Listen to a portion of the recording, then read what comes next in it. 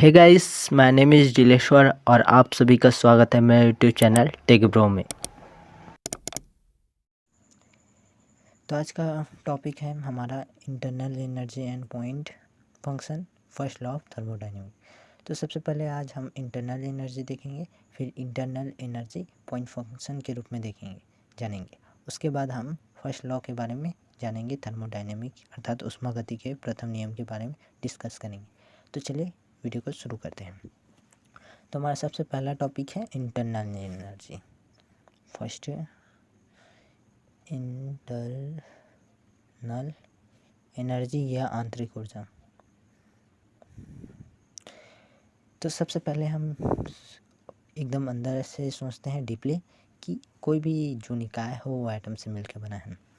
अब ये एटम, कोई भी निकाय है वो एटम्स, छोटे छोटे मॉलिक्यूल्स, अणु, इन सब से मिला है, उनका बना है। अब इन मॉलिक्यूल में ऊष्मागतिकी के कारण अर्थात ताप के कारण गति होती है, मोशन होता है। जैसे गैस में मोशन होता है और धातुओं में इलेक्ट्रॉन की गति होती है। तथा ये जो कण है ये आपस में एक बल लगाते हैं, जिस बल द्वारा ये बंधे होते हैं, तथा अन्य बल लगाते हैं जिसके कारण इसकी कुछ स्थितिज ऊर्जा भी होती है। अब इनके कुल सभी पद कणों का योग करके जो स्थितिज ऊर्जा होती है, ये इसकी कुल आंतरिक स्थितिज ऊर्जा कहलाती है। तथा जो इसके प्रत्येक कण की जो टोटल कैनेटिक या गतिज ऊर्जा होती है उसे कुल आंतरिक गतिज ऊर्जा कहते हैं।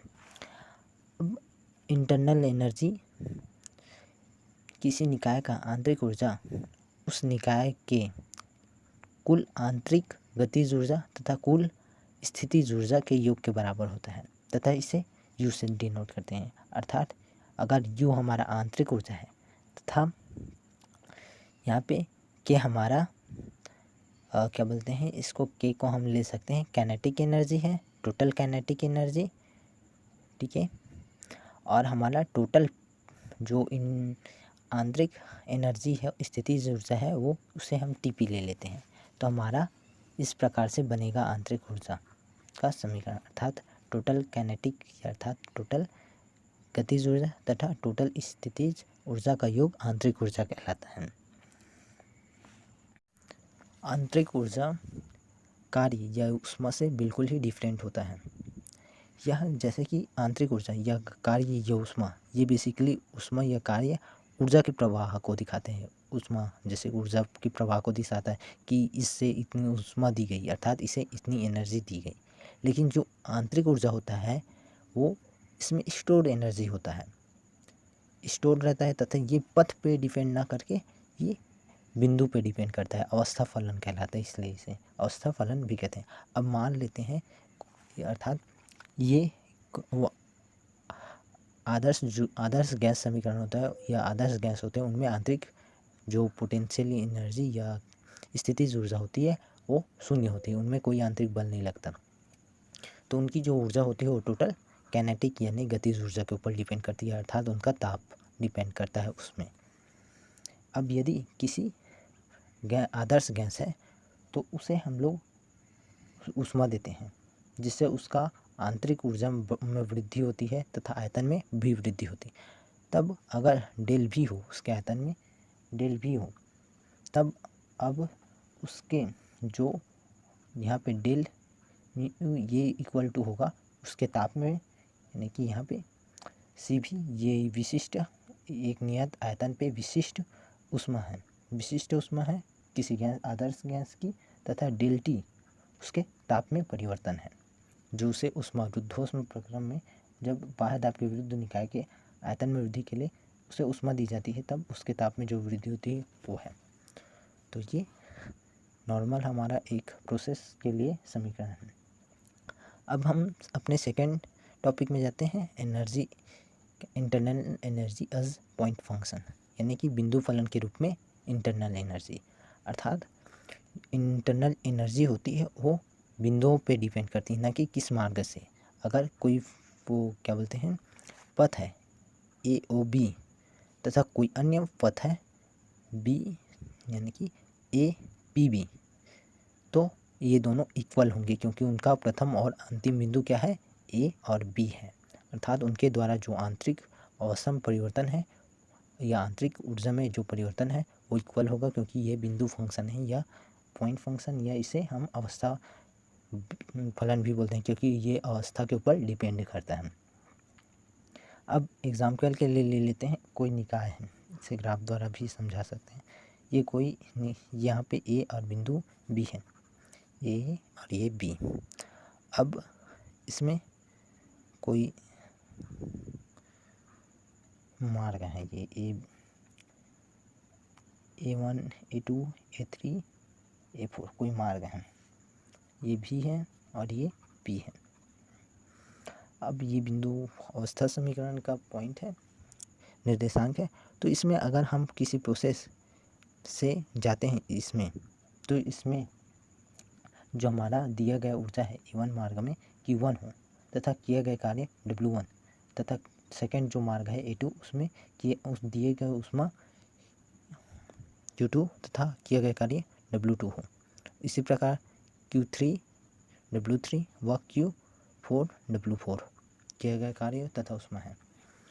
तो जो एनर्जी होगी वो इस प्रकार रिलेशन बनाएगी कि जो डेल V यू है, अर्थात आंतरिक ऊर्जा में परिवर्तन, वो Q1 minus V1 equal to Q2 minus V2, अर्थात ये नियत या कांस्टेंट होगी।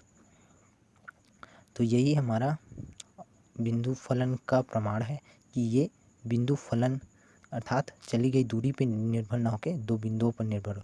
ये अलग अलग मार्ग में कर रहे हैं, अलग अलग प्रोसेस द्वारा कर रहे हैं, लेकिन हमें रिजल्ट क्या आ रहा है, वैल्यू सेम मिल रहा है। तो इसलिए बिंदु या अवस्था पे डिपेंड कर रहे हैं, इसलिए अवस्था समीकरण भी कहते हैं। अब यदि निकाय को आंतरिक ऊर्जा में वृद्धि होती है, निकाय है कोई निकाय है, उसको हम आंतरिक ऊर्जा में अगर वृद्धि हो रही है, अर्थात उसके ताप या स्थितिज ऊर्जा में वृद्धि हो रही है, तो उसे हम धनात्मक से दर्शाएंगे। तथा अगर किसी निकाय की आंतरिक ऊर्जा में कमी आ रही है, जैसे उसका ताप गिर रहा है या और कुछ हो रहा है, ताप में कमी आ रहा है, तो उसे हम नेगेटिव में दर्शाएंगे। अब हम अपने आज के थर्ड टॉपिक में देखेंगे, ये वीडियो नंबर पार्ट 4 के थर्ड टॉपिक में। तो ये है first law of thermodynamics. First law of thermodynamics तो ये कहता है कि ऊर्जा जो ऊष्मा है वो भी ऊर्जा का रूप है, अर्थात इसमें भी ऊर्जा संरक्षण का नियम लागू होगा। इसमें भी ऊर्जा संरक्षण का नियम लागू होगा। इसे सबसे पहले जूल ने खोजा था, इसलिए ऊर्जा का जो मात्रक होता है उनके सम्मान में जूल रखा गया है। तो बेसिकली ये ऊर्जा के संरक्षण के समरूप ही है, अर्थात इसके अनुसार एक यांत्रिक ऊर्जा ऊष्मीय ऊर्जा में पूर्ण रूप से परिवर्तित हो जाती है। जैसे कि अगर हम कोई वर्क हो रहा है किसी निकाय द्वारा, यांत्रिक ऊर्जा कार्य W है, तो उससे उत्पन्न ऊष्मीय ऊर्जा Q है, तो वो दोनों इक्वल होंगी। यही इस प्रथम नियम कहलाता है। बेसिकली अगर हम किसी गैसीय निकाय में देखें तो उसकी आंतरिक ऊर्जा तथा दिया गया ऊष्मा माइनस किया गया कार्य, इस प्रकार से रिलेशन हमें प्रायोगिक द्वारा मिला है। अर्थात यदि हम किसी को अल्प dq ऊष्मा देते हैं जिससे उसके आंतरिक ऊर्जा में परिवर्तन या वृद्धि du तथा उसके द्वारा किया गया कार्य dw हो, तब du equal to dq minus dw इस प्रकार से हमें प्राप्त होगा। अब यहाँ पे ध्यान देने योग्य बात यह है कि अगर ये दिया गया हम ऊष्मा दे रहे हैं, निकाय को ऊष्मा दे रहे हैं, तब हम उसे धनात्मक में लेंगे, और जब हम निकाय से ऊष्मा खींचेंगे तो उसे हम नेगेटिव में लेंगे। ये हमें कैलकुलेशन में आसानी होती है, अतः प्लस माइनस को याद रखें। देखिए, जब निकाय द्वारा कार्य किया जाता है तो धनात्मक, जब निकाय पर कार्य किया जाता है तो ऋणात्मक, जब निकाय की आंतरिक ऊर्जा में वृद्धि होती है तब धनात्मक, जब निकाय की आंतरिक ऊर्जा में कमी होती है तो नेगेटिव, जब निकाय को ऊष्मा दी जाती है तो धनात्मक, और जब निकाय द्वारा ऊष्मा ली जाती है तो उसे हम नेगेटिव से दर्शाते हैं। तो आज के वीडियो में बस इतना ही। वीडियो को देखने के लिए धन्यवाद। अगर वीडियो अच्छी लगी हो तो लाइक करें, हमारे चैनल को सब्सक्राइब करें तथा नीचे प्यारा सा कमेंट छोड़ दें। तथा अपने दोस्तों में वीडियो को अधिक से अधिक शेयर करें। धन्यवाद।